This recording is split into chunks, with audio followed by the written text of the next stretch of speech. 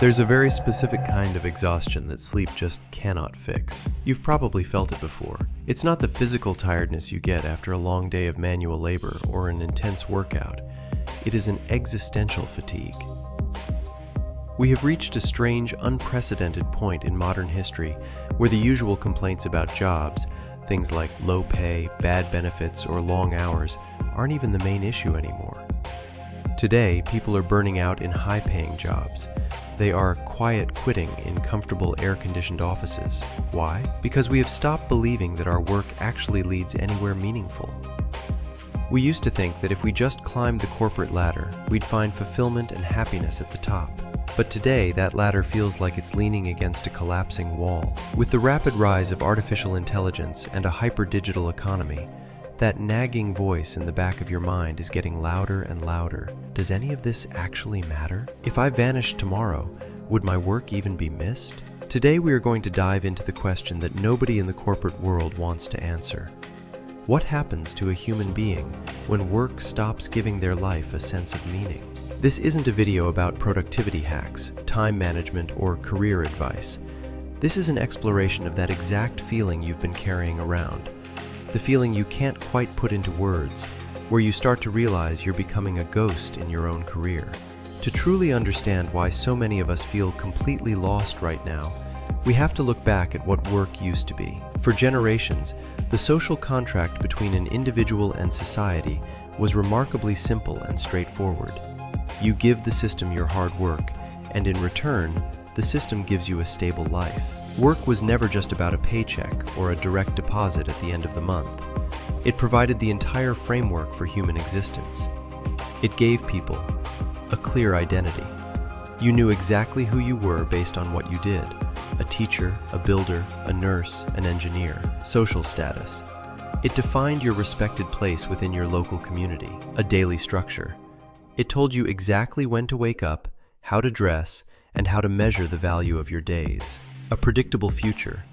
You knew that if you stayed loyal, you would be taken care of. Think about the visual imagery of the classic American Dream era, or the mid-20th century.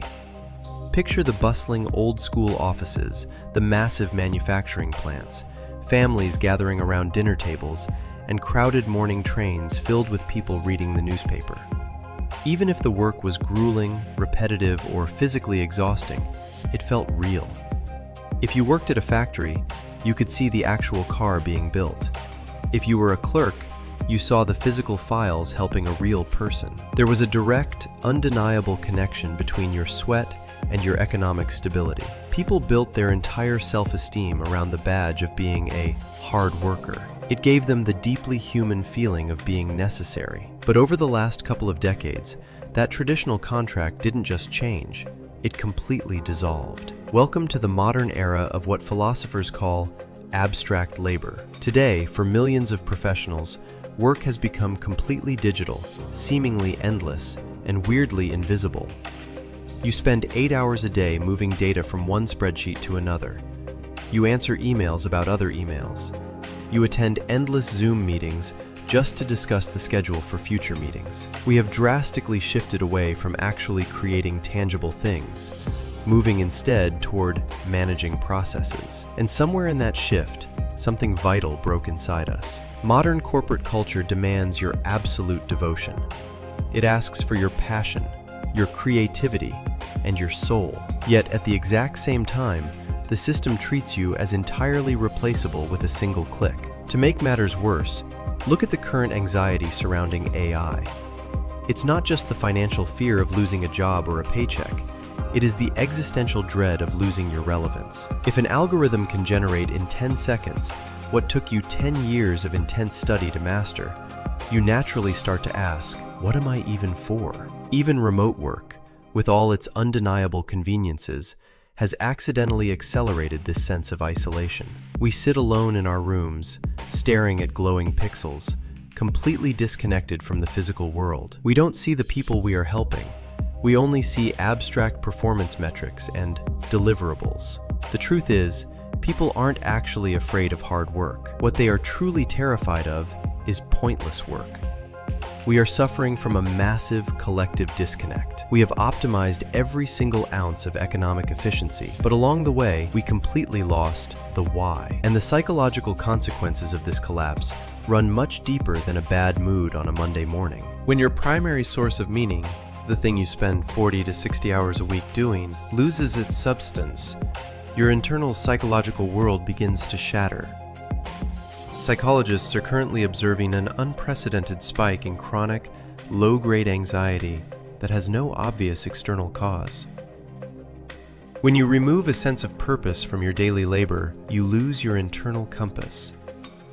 If you aren't actively building or contributing to something real, you start to forget who you even are. This psychological void manifests in very specific, modern coping mechanisms. The doom-scrolling loop. When our regular days feel empty and spiritually unfulfilling, we desperately try to fill the silence with cheap, instant dopamine. We scroll mindlessly through social media, binge-watch shows we don't care about, and abuse substances just to distract ourselves. Total apathy and burnout. We become emotionally numb. It's not that we have too much work to do, it's that we don't care about the outcome of the work we are doing. We live in a world where the economy has become incredibly efficient at moving capital, but it has become profoundly terrible at providing a sense of human significance. We have optimized productivity, but we have completely hollowed out the human experience. AI can easily automate your tasks, but it can never automate the fundamental human need to feel consequential to the world around you. We are slowly being trained to act like human LinkedIn profiles, perfectly polished and successful on the outside,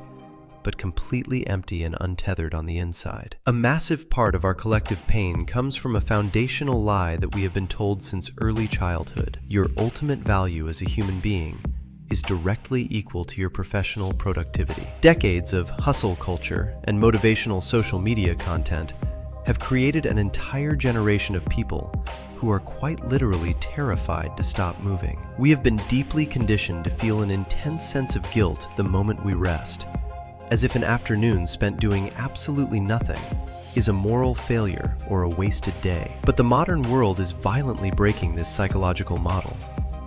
Even the people who won the game, the executives with the prestigious titles, the influencers with the massive followings, the professionals with the six-figure salaries, are staring at their ceilings at 3 a.m., calling therapists, and asking themselves, is this really it? Is this all there is? Maybe the painful truth you are feeling right now isn't evidence that you are failing. Maybe the problem isn't that you aren't successful enough. Maybe the entire system we use to define success is completely broken and obsolete. If work can no longer realistically serve as the sacred center of human life, we desperately need a calm, rational reframe. We have to violently reject the motivational nonsense that tells us to just grind harder when we feel empty. We need to stop building our entire self-worth around a corporate job title that could easily be eliminated in the next quarterly tech update. The future requires a completely new model of human meaning. We must intentionally transition away from a career-centric existence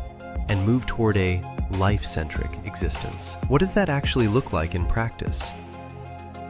Decoupling your identity from your labor. You need to learn how to consciously say, I work in marketing to pay my bills, instead of defining your soul by saying, I am a marketer. Diversifying your sources of meaning. Just like a financial portfolio, you cannot put all your emotional eggs in one basket. You must intentionally cultivate deep purpose in your personal relationships, your physical health, your local geographic community, and creative hobbies that will never make you a single penny. Choosing autonomy over status. Sometimes, taking a simpler, lower status job that gives you mental peace and free time is an infinitely bigger life victory than accepting a high-stress promotion just to impress strangers. The ultimate goal of the coming decades isn't to become the most productive or efficient machine in the room. The goal is to become psychologically resilient. We have to learn how to live a bit slower, protecting our inner peace and establishing multiple pillars of meaning. That way, when one corporate pillar inevitably collapses, the entire house of your identity doesn't come crashing down with it.